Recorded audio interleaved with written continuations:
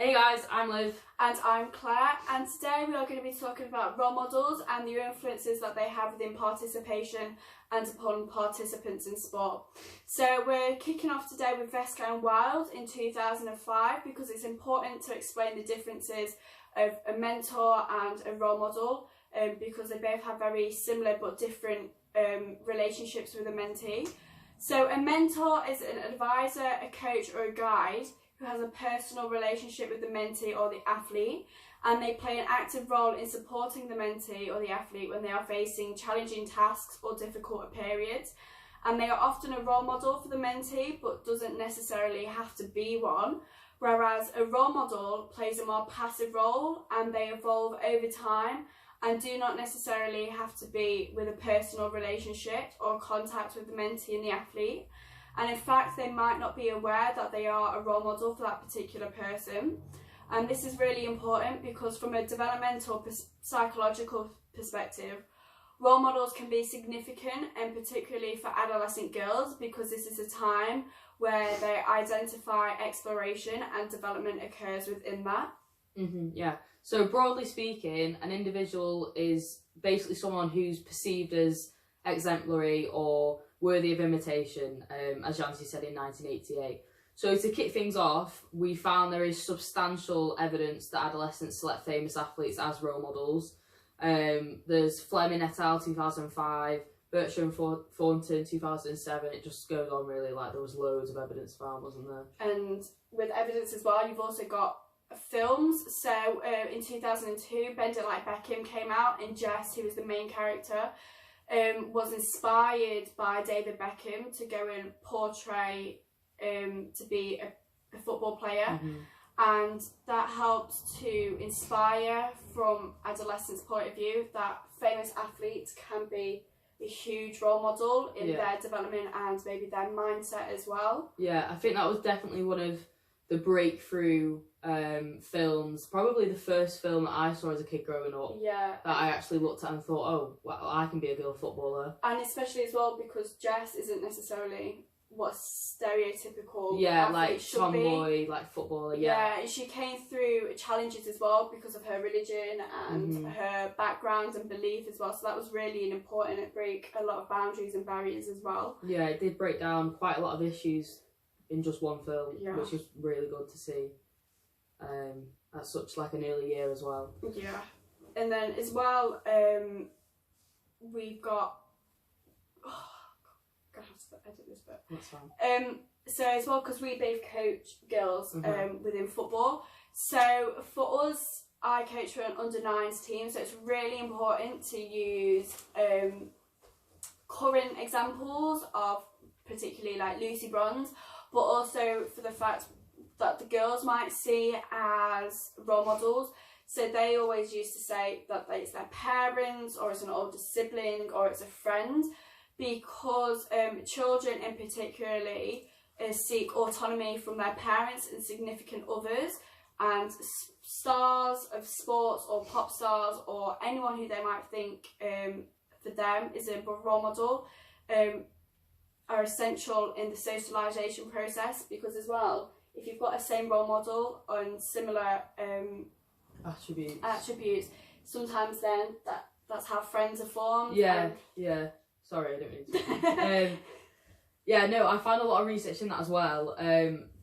First of all, individuals tend to search role models that have perceived similarity to themselves, as Lockwood and Kunda said in 1997. Role models are a lot more likely to inspire and motivate already existing behavioural tendencies that people have. Availability and relevance of the role models, as well as similarity to the role models, is like one of the main predictors of motivational effects. Yeah, and as well, Bandura in 1986 also argued that modelling has also been acknowledged to be one of the most powerful means of transmitting values, attitudes and patterns of thoughts and behaviour, which is evident because people obviously learn through observing the behaviours as well as consequences from that behaviour. So you are conditioned to believe that, you know, when we were at school, if you didn't do your homework, you'd be in detention. And it's the same where if you go over the speed limit, you get fined for that speeding as well. So that is a way to learn from a young age that actions do have consequences and vice versa. So as well, with girls, participation of role models is influenced to keep participation high. So for them, it might not necessarily be to strive greatness, it's to keep them active, to get them fit, and as well, it relieves pressure of them a little bit. Yeah. Because I think it's only 5%, which has been reported, that women are of a commentary standard, where 40% of women take up sport, and it's 75% of women who dominate gymnastics as well. So the fact that there's little coverage on that, there's little stars which are used for role models, obviously you need to try and get that up to make sure that participation is maintained, and also as well that girls feel that they can do sport, but they don't need to have it with the pressures that boys might face. Yeah, I mean, just look at the World Cup, for example, this past year. Like, how many girls have started getting into football since they actually saw that, since they saw they were given a platform to actually play on it, since it was televised, and since girls could actually watch what they can do when they're older, the uptake must have been massive. Yeah, I mean, as a football coach, I know it's been massive. It's just, it's really amazing what can actually happen when young girls are given role models to look up to. Yeah. Instead of just like ones of opposite gender. If they're given it within their same gender, you know, sometimes that is a bit more inspiring because they believe, I can do that. They're exactly the same as me. Yeah. If they can achieve what they've achieved, I can do that as well. So I think as well it's a bit of it's like Hermione Granger, for example, in Harry Potter. I think as well that's where I got a little bit of my hard work and dedication from, because you know, you put your mind to it, you can succeed in it, but you can also have everything else with it as well. Yeah. So as well, we've also got the boys. An interesting one we found about this when we were researching is that, as well as all these positives that role models obviously do have, there are some extreme negatives that role models can have, which isn't talked about a lot. There's not a lot of research on it. There's very limited research on the negatives of role models. So, for example, one of the big headlines this year, was it last year? Late 2018, early 2019. A big issue that came out was Ronaldo being having charges against him for rape allegations. Obviously, he got cleared of these, but unfortunately, the only reason he did get clear of these is because he could pay for better lawyers, and basically because he was a celebrity, he didn't get charged for it. Even though he admitted on rape that he did it, there was evidence that he did it, and he basically just got out of it because he was Ronaldo.